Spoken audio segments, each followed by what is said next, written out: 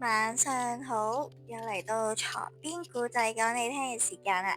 今次呢，要分享一個作家失白嘅故仔，係一個美國短篇小說作家，亦都係漫畫家。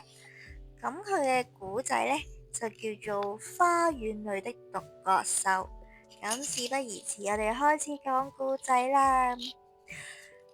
以前呢，某一個陽光普照嘅清晨，有個男人呢就坐喺早餐嘅角落，由佢嘅炒蛋呢向上睇，就會見到生住金角嘅一隻白色獨角獸，靜靜咁樣喺花園嗰度呢，就去食玫瑰花喎。男人呢去到佢自己嘅睡房嗰度啦，叫醒仍然喺度瞓覺嘅老婆，佢就話啦：有一隻獨角獸喺花園嗰度食玫瑰花。太太呢就擘開一隻唔係好友善嘅眼睛，就回應啦：獨角獸係神話裏邊嘅動物啊。然後佢就背轉身。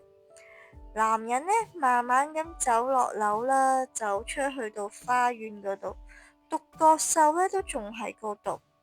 佢呢而家喺度食緊鬱金香嘅嫩葉。男人呢就搣咗一個百合花俾佢，就話啦：獨角獸呢度啊。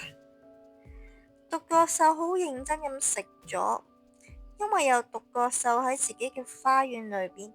男人呢就好興高采烈咁樣走上樓，又叫醒自己老婆，就話啦：獨角獸食咗一個百合啊！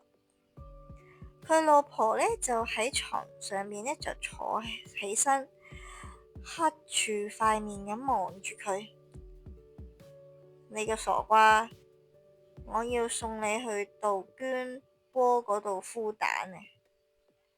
男人呢好唔中意傻瓜啊、杜鵑窩啊呢啲咁嘅字眼嘅。喺光天白日之下，花園明明呢就有一隻獨角獸喺嗰度嘅，佢呢就更加唔中意太太咁樣啦。佢諗咗一陣就話啦：我哋睇下點啦。佢就行咗去門口。一邊呢，就話俾佢老婆聽，隻獨角獸嘅額頭係一隻金角嘅，然後呢，就返咗去花園嗰度睇隻獨角獸，但係獨角獸呢已經唔見咗啦。男人呢，就坐咗喺呢個玫瑰花叢中呢，就瞓着咗，老公呢，先至啱行出咗間房啦。太太就好迫不及待咁樣呢，就起身着衫，佢就好興奮，眼裏邊呢仲喺度偷笑。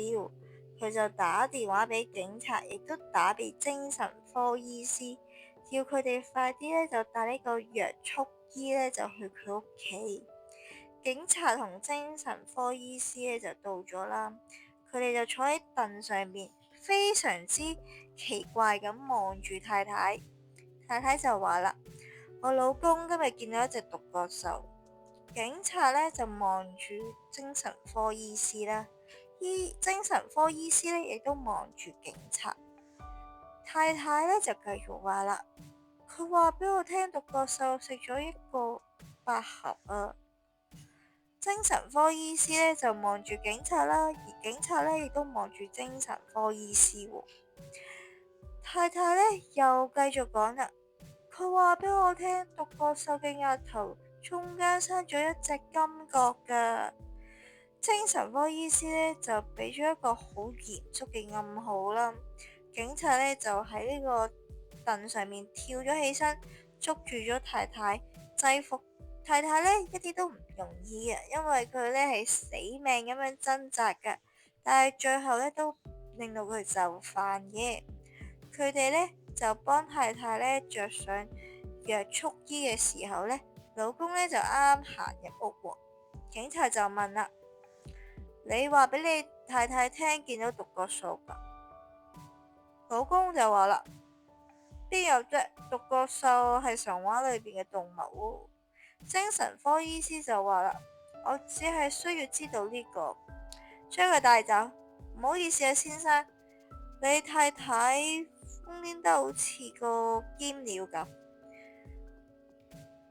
佢哋呢就將太太帶走啦。太太呢嘅咒罵同尖叫呢不斷，最後呢，佢就俾人困喺呢個矯治機構嗰度，而老公呢，就從此過住啲幸福快樂嘅日子啦。